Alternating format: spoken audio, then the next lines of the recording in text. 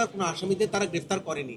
আপনারা কালকে ব্রিফিং করে বলেছেন গ্রেফতার হয়েছে, দুজন আটক হয়েছে, এই বিষয়টা একটু ক্লিয়ার করতে। এটা ক্ষেত্রে আমাদের ডিবি আপনার মনে হয় একটা রাত্রে আবার একটা স্টেটমেন্ট দিয়েছে, আপনার ওই স্টেটমেন্টটা পড়লে জানতে পারবেন। আর সামনে জাতীয় সংসদ নির্বাচন, সীমান্ত দিয়ে প্রচুর পরিমাণ অস্ত্র ঢুকছে এমন অভিযোগ রয়েছে, এ বিষয়ে কি বলতে চান আপনি? শোনেন, জাতীয় নির্বাচনের জন্য সব ধরনের প্রস্তুতি স্বরাষ্ট্র মন্ত্রণালয় নিচ্ছে।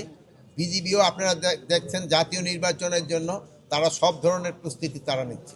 প্রায় 35 এবং প্রায় 35,000 প্রায় 35,000 সদস্য এই ইলেকশনের সময় নিয়োজিত থাকবে, এবং যে 2-4টা যে অস্ত্রতে ঢুকতেছে না তা না, এবং ঢুকতেছে, এবং এগুলি কিন্তু ধরা হচ্ছে ডেইলি। দেখবেন যে ধরা হচ্ছে এই 1-2টা করে কিন্তু ডেইলি, একদিন 5টা বিদেশি পিস্তলও কিন্তু ধরা হচ্ছে।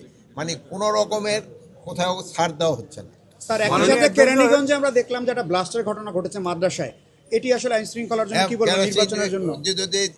যে অপকর্মটা করছে সে তো পলাতক, কিন্তু তার সহযোগী কিন্তু ধরা হয়ে গেছে, এবং আর ওয়াইফ এরাও কিন্তু কাস্টডিতে আছে, এবং এবং মানে অ্যাকচুয়াল যে এটা তাকে ধরার চেষ্টা করে।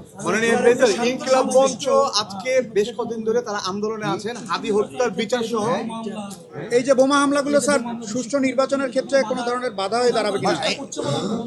মানে হয় কি, ফ্যাসিস্ট যারা আছে তারা তো সব সময় এইটা বাধা দেওয়ার চেষ্টা করবে, কিন্তু আপনাদের সবার সহযোগিতায় যদি থাকে নির্বাচন সুষ্ঠু, শান্তিপূর্ণ এবং উৎসব মুখর হবে, এবং সবার কাছে এটা গ্রহণযোগ্য হবে। এরকম একটা নির্বাচনই এই সরকারের দেওয়ার ইচ্ছা, এবং এটা তারা বাস্তবায়ন করবে। নির্বাচনের শঙ্কার কথা আপনাদের মুখ থেকে আমরা শুনেছি, এবং না, আপনাদের না, সবার মুখ থেকে এই শঙ্কা শব্দটা কতটুকু আছে? শুনেন, শঙ্কা নির্বাচনে এখন কোনো শঙ্কা নাই, এই জন্য তারা কিন্তু সবাই কিন্তু এবারের মতো কিন্তু নির্বাচনের জন্য এই প্রশিক্ষণের ব্যবস্থা করা হয়েছে। মাননীয় প্রেসিডেন্ট, লাস্ট একটা কোশ্চেন, মাননীয় প্রেসিডেন্ট।